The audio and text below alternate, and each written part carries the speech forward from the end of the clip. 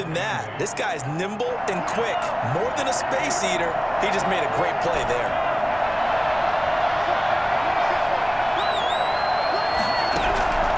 Throwing on 2nd and 8, Mahomes. And he's going to find his man out of the backfield. That's complete.